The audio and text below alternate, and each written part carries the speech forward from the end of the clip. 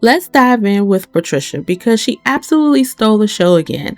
This episode was fantastic, and the first time we finally get to see the Boogeyman. Not only does the episode bring the entire story we've been hearing since episode 1 to life, but it also mirrors some of the most iconic horror movies ever made.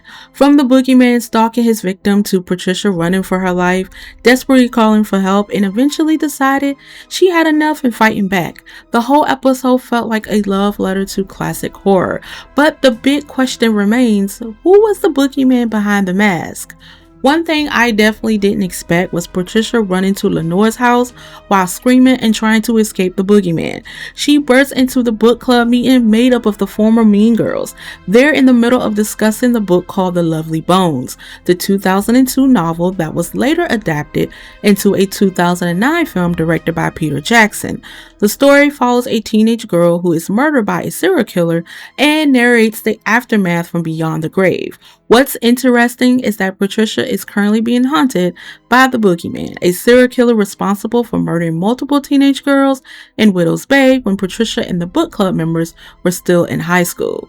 The episode is called Your Baggage, and I think there are several layers of meaning behind that reference.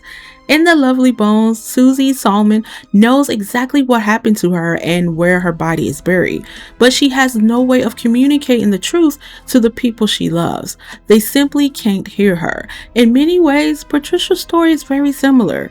For years, Patricia has been trying to tell people about her trauma and what happened to her, but nobody has truly listened. While she finally admits that she made up the heavy breathing phone calls, she still insists that the Boogeyman came to her house all those years ago and that she somehow survived. Patricia's obsession with Boogeyman has followed her ever since she was young. In some ways, it's almost like she's been preparing for his return for her entire life. And it turns out she was ready. And not only she outrun the Boogeyman, but she managed to outsmart him as well. Now, to be fair, this isn't exactly the smartest villain.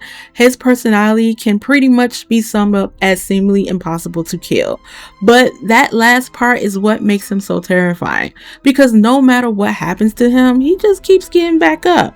Of course, everything involving Patricia and the Boogeyman feels like Widow's Bay paying tribute to the classic slasher films, especially John Carpenter's Halloween.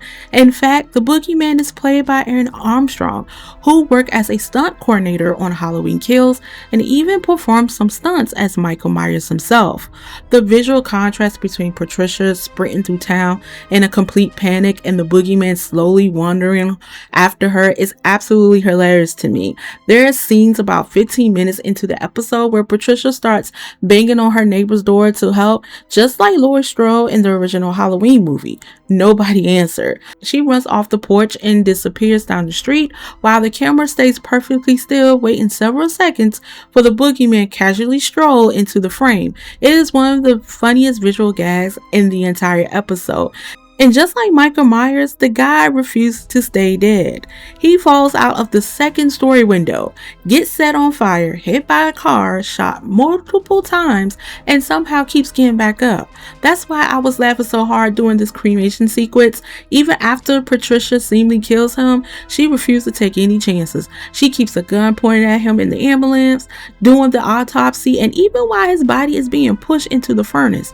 Then she asked the mortuary technician, is there another way out?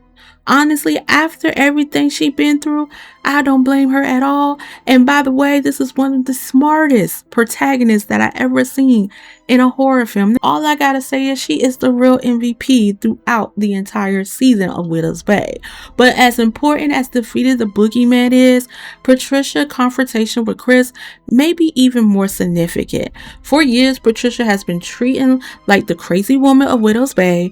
Nobody believed her, nobody listened to her, and Chris has spent decades reminding Patricia of that every chance she gets.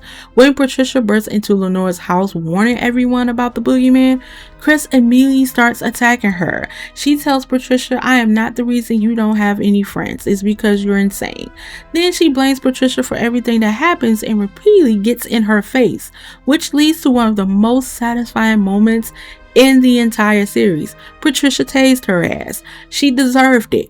For the first time, Patricia isn't apologizing for who she is. She finally stands up for herself, not just against the boogeyman, but against the woman who has spent years making her feel like an outsider. One thing I also find interesting in the connection to the Lovely Bones, the book isn't just a clever Easter egg, it ties directly into the episode's larger theme, the loss of innocence.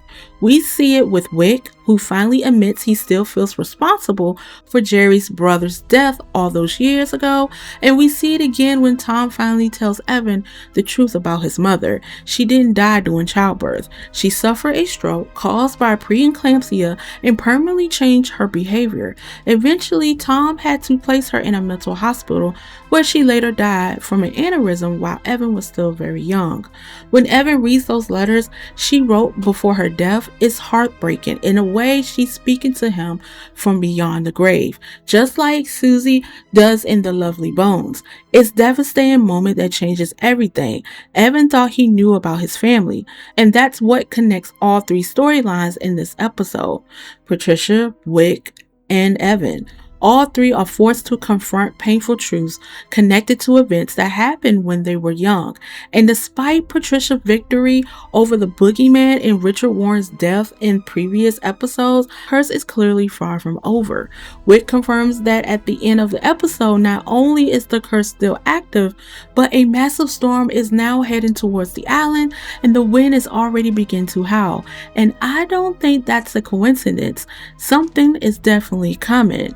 Well, there are two things that kind of stood out to me. When Tom explained that his wife stayed in the home, the Widows Bay Mental Hospital, he used the past tense to describe it, implying that the place no longer exists, which is kind of odd considering that the people of Widows Bay don't seem particularly stable. There must be more to the story. Another thing that I've had noticed, the second nod to loss involves the Boston Red Sox. When Tom thinks the curse has been broken and is safe to go to the mainland again, he gets tickets for him. They've only ever watched games on TV, so the idea that they can finally see one in person together gives them some hope for the first time in a long while. The Red Sox also get a shout out in the third season of Lost.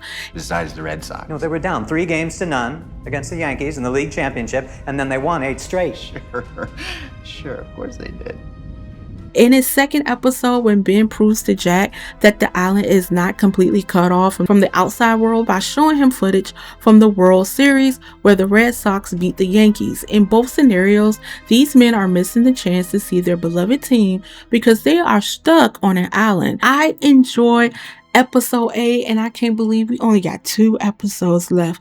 This has been an amazing ride with Widows Bay. I enjoyed each episode. It was funny. It gave me everything that I need and more. And of course, Patricia is my favorite, along with Rosemary and Ruth. And I'm still waiting on Rosemary and Ruth's backstory. What is taking so long? I'm hoping we get that in episode 9 or episode 10 because they're about to tie things up unless we get in a season 2. Fingers crossed if we get a season 2.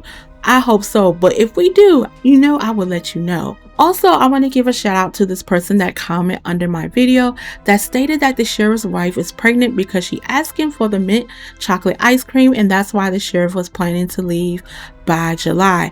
I did not notice that Easter egg whatsoever. I have to watch these episodes 2 or 3 times, and plus I need a second pair of eyes, so thank you so much for commenting under my video regarding that particular theory. Let me know in the comments below if you enjoyed this episode, and I will see you in the next one.